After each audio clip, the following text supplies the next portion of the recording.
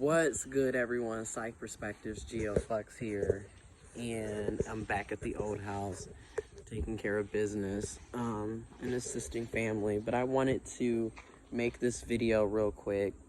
When a lot of us have dealt with this, when what gets me, and it cracks me up every time, is when toxic people are they're always acting like they're in shock, surprised, or in dismay when other people don't want to be around them, don't want to spend time with them. Because I think about, and I'm just going to go there, I think about my grandmother all the time on this one. You know, there's always this guilt trip of you never come to visit, you don't call hardly, or I'll call or text you and you don't respond till hours later on in the day. And this is what I mean by toxicity.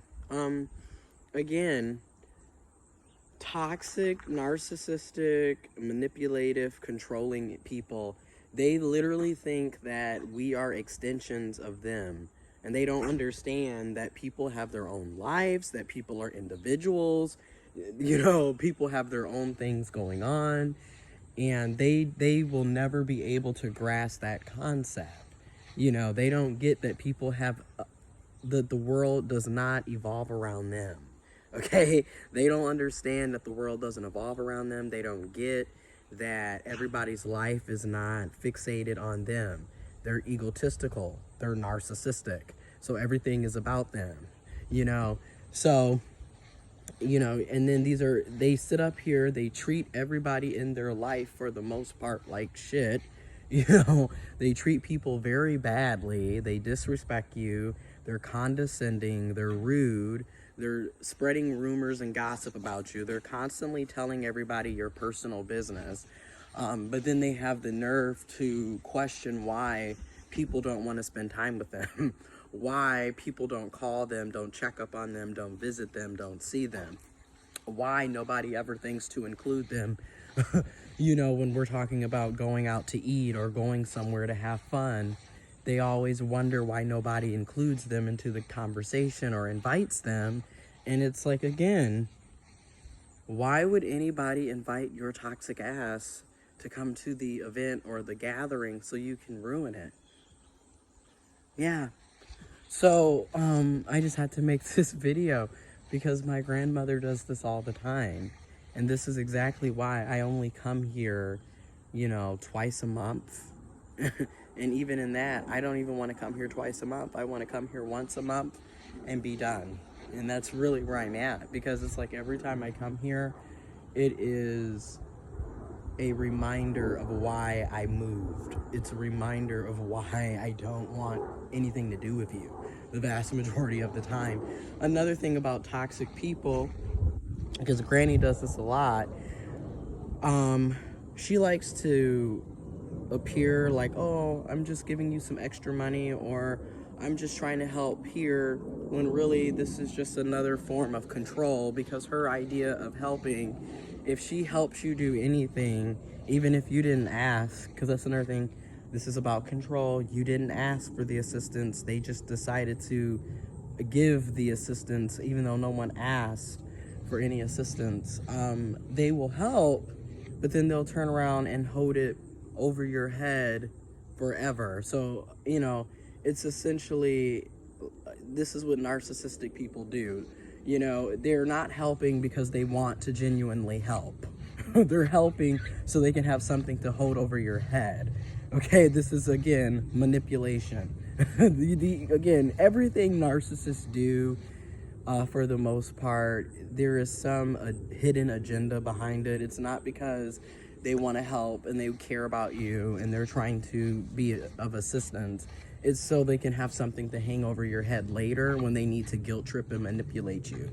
So that's why and then like in therapy, what I've been learning as well, because of the narcissistic abuse that I went through growing up and with my family, it's very hard for me to accept help, because I look at how help has been given to me from my family, is particularly dealing with my grandmother. And essentially, I don't want help if you're going to sit up here and try to, use that against me later on down the road, or, you know, every time you did one thing and it's like, oh, remember when I did A, B, and C for you? So again, so you can guilt trip and manipulate people later on. So again, you're not helping because you care, you're helping so you can use and manipulate that person later on. And you know, this is what narcissist toxic people do. And then for me personally, being transgendered, being transmasculine, and being intersex, coming home for me is extremely triggering, because it's like I'm being misgendered, I'm being dead named, and it's like, okay, mentally I don't need to be here and I don't need to see you. And again, why do I want to come here on my weekend? Because mind you, I only get 2 days off. I work all week, and typically I work over 40 hours a week because I do overtime a lot. And why would somebody want to work their ass off all week?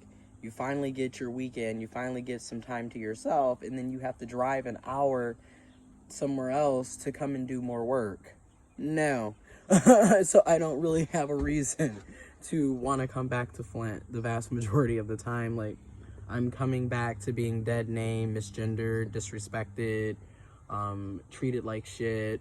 Like, it's mentally draining, it's abusive, it's toxic, and I rather just not even deal with it by simply not being here. And I'm reminded, like, I kid you not, every time I come back to Flint, I am reminded of why I left 2 months ago. And it's like, I hate it here. And my family is a prime example of just like, no. You know, this is why I always say in my videos, you really do get to a point in your life where you have to love people from a distance, and they don't need to be in your actual life. You know? And I think that's what definitely pisses off narcissists and toxic people, because they think that they're going to constantly ruin other people's lives every day. Like, I've already made up my mind today, like, I'm leaving around 6-7 o'clock. I don't care. I'm not spending the night, not staying here. Don't call me. I'm not coming next weekend, so don't even bother with that shit. And if you think I'm wasting and I'm gonna say it, if you think I'm wasting my birthday with you people, no. Ain't no birthday weekend spent in Flint. No. Not coming and don't care. Okay? It's really there. Like, I want to enjoy my life. And again, I'm going to say this to the toxic, narcissistic people out there. Instead of trying to figure out, this is what gets me about them. They never take the time to self-reflect, right? And because they don't self-reflect, they spend their entire lives thinking it's everyone else's fault. Okay, this is what I mean. So you would think, if your own family members don't want to spend time with you, your friends, people you work with, like, most of the people that you come into contact with all end up fading to the back and exiting stage left. And this is a reoccurring thing. This is a pattern of behavior. After a while, it's obvious that you are the problem. But a narcissist, a toxic person, is never going to understand that, because they refuse. They think they're perfect. They think everything they do is great. It's always someone else's fault. So they're never going to get it. Yet, everybody else outside looking around can see that you're toxic, because nobody wants to spend time with you. Don't you think it's odd how nobody wants to be around you? Like, seriously. That is a real question to the toxic, narcissistic people. Like, don't you think it's odd that nobody wants to be around you? Nobody. Okay? Like, seriously. And, you know, I used to always, and I'm going to end this video saying this, I used to feel bad for people that lived in retirement homes and senior citizen homes. I used to really feel bad and be like, oh my God, where's their family? How can someone just, you know, leave their granny or their papa, or, you know, in a senior citizen home? How can you do that? And now I get it. I get it. For one, there's various reasons why someone's in a senior citizen home, in a retirement home.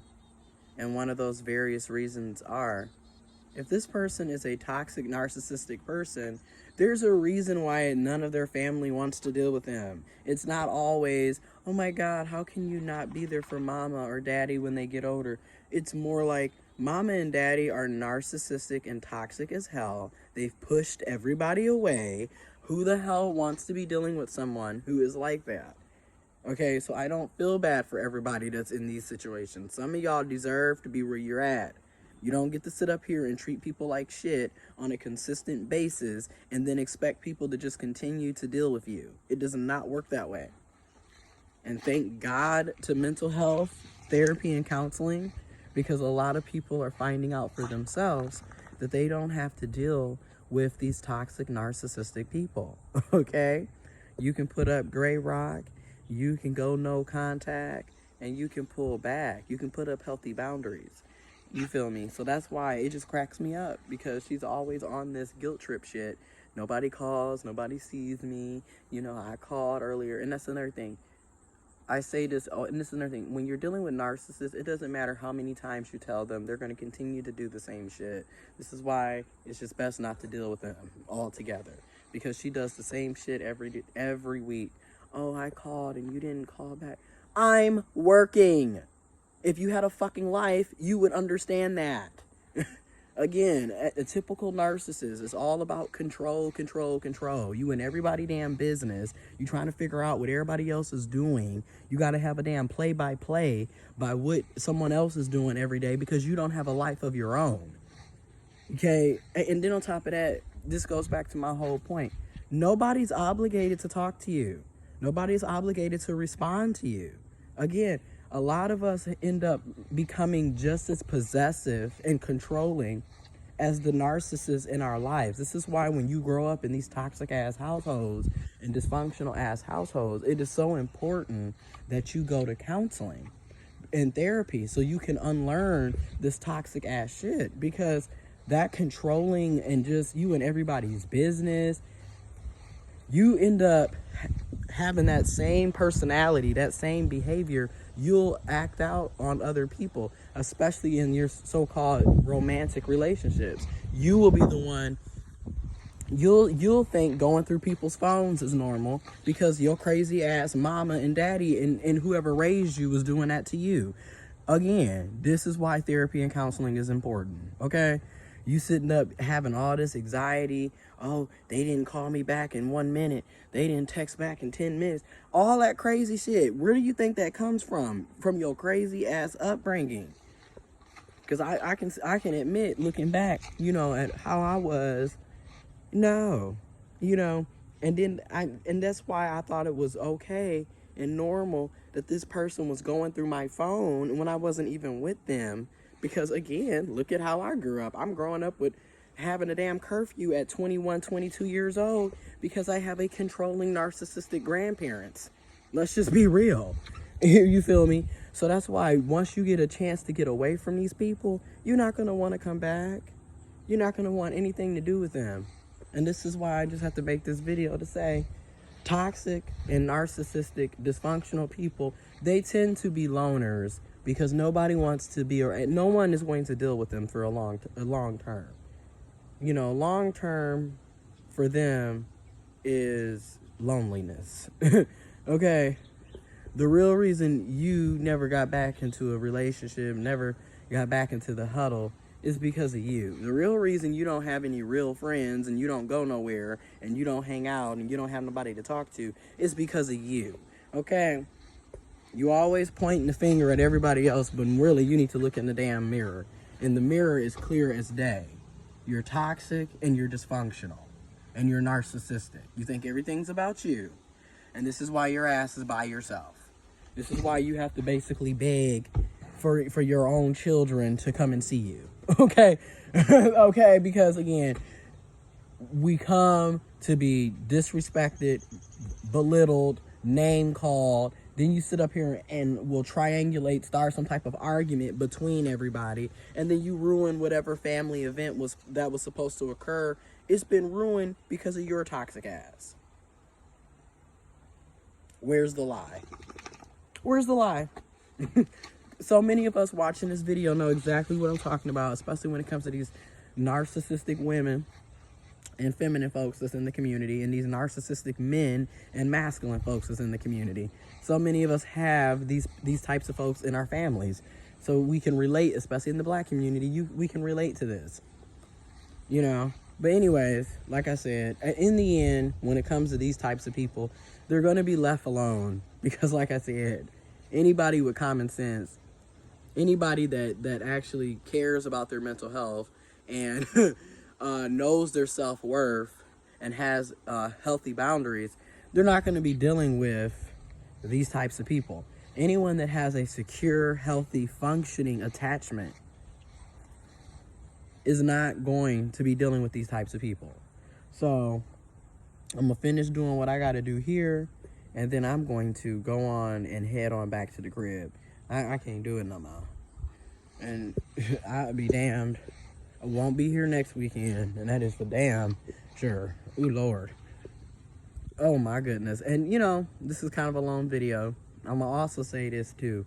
During this whole self-healing and self-care journey, it's causing me to look at every aspect of my life, because it's making me look at my job situation and realizing, okay, you deserve better. You need to get out of that as well. You know, get out of all of these toxic, dysfunctional situations where you are being used and you're not having any enjoyment. You're not having any fulfillment. You know, it's just constant, like, no. So all of this is kind of teaching me that, and it's exciting, because the same way I'm letting go of family members and so-called associates and friends, if you're toxic and dysfunctional 24/7 and you're never trying to take accountability, if you're not adding anything positive, uplifting, if you're not adding to my life and you're just taking from my life and causing me to have issues, then I don't want you in my life, and I will get rid of you. And we all have those capabilities. Like, so to end this video, again, they're going to be by themselves. They'll sit back and, you know, talk about how they're such great people. And again, if you're such a great person, then why, how come nobody wants to be around you? Clearly you're not a good person. Okay, that's why I be cracking up. People who constantly have to self-hype about how they're good, that's your sign that they're not good. Because if you're good, your actions should speak for it. Your behavior should speak for it. You shouldn't have to keep self-promoting it. That's how we know you're not a good person.